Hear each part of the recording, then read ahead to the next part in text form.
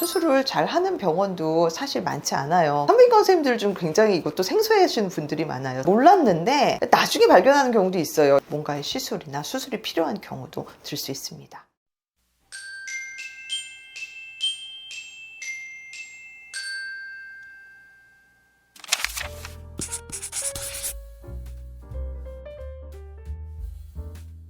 안녕하세요, 조혜진입니다.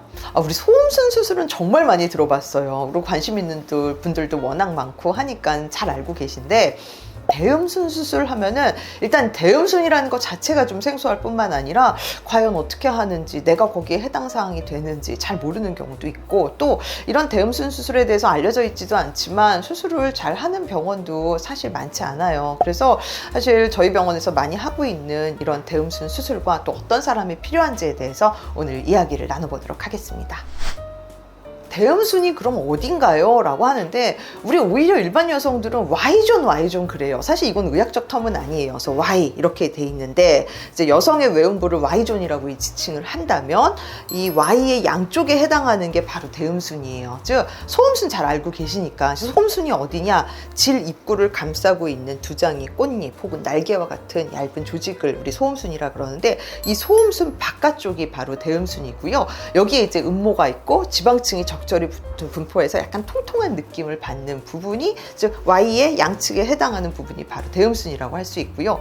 또 치구라고 하는 분들 가끔 들어보셨을 텐데, 산부인과 선생님들 중 굉장히 이것도 생소해 하시는 분들이 많아요. 치구가 어디냐면은 이 Y의 꼭대기에 해당하는 부분, 즉 소음순의 꼭대기 위층에 해당하는 부분이고, 뭐 일명 불두덩이라고 말하는 부분이기도 하는데요. 이쪽 부분에도 마찬가지로 대음순과 마찬가지로 음모가 존재하죠. 그래서 이런 부분에 이제 시술에 대해서 여러분께 말씀을 드리고자 합니다.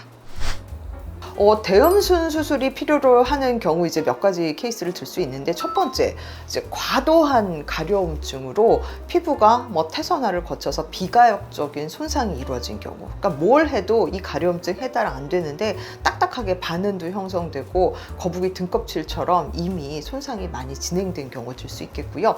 두 번째는 너무 주름이 심해서 쭈글쭈글 탄력이 매우 심하게 처진 경우. 그 다음에 세 번째는 사실 미용적인 목적이 중요한 건 아닐 수 있겠지만 너무 비대칭이 심해서 오른쪽 왼쪽의 차이가 극명하게 나서 내가 목욕탕 가기도 많이 꺼려지는 경우, 이런 경우가 바로 주요 해당 사항 아닐까 싶습니다. 그럼 왜 이런 일이 생기느냐? 일단 가장 큰 이유로 가려움증을 들 수 있어요. 그래서 가려움증이 뭐 아토피나 여러 어떤 면역 반응 때문에 가려움증이 가지고 있는 경우도 들 수 있고요. 또 소음순 비대로 인해서 긁다 봤더니 질염도 생기는 것뿐만 아니라 대음순까지 피부가 엉망진창이 됐다라고 하시는 분들도 있고요. 또 내가 뭔가 시술을 위해서 이제 과도하게 여기다가 뭐 이물질을 집어넣는 분들 가끔 저희 병원에 오세요. 그래서 일명 야매라 그러죠. 빌법 시술을 통해서 외음부 대음순이 좀 통통했으면 좋겠어서 넣었더니 이게 면역 반응이 생겨서 한쪽만 막 비대칭적으로 자라거나 아니면 안에 동글동글하게 뭐가 만져진다 해서 오시는 분들도 계시고요.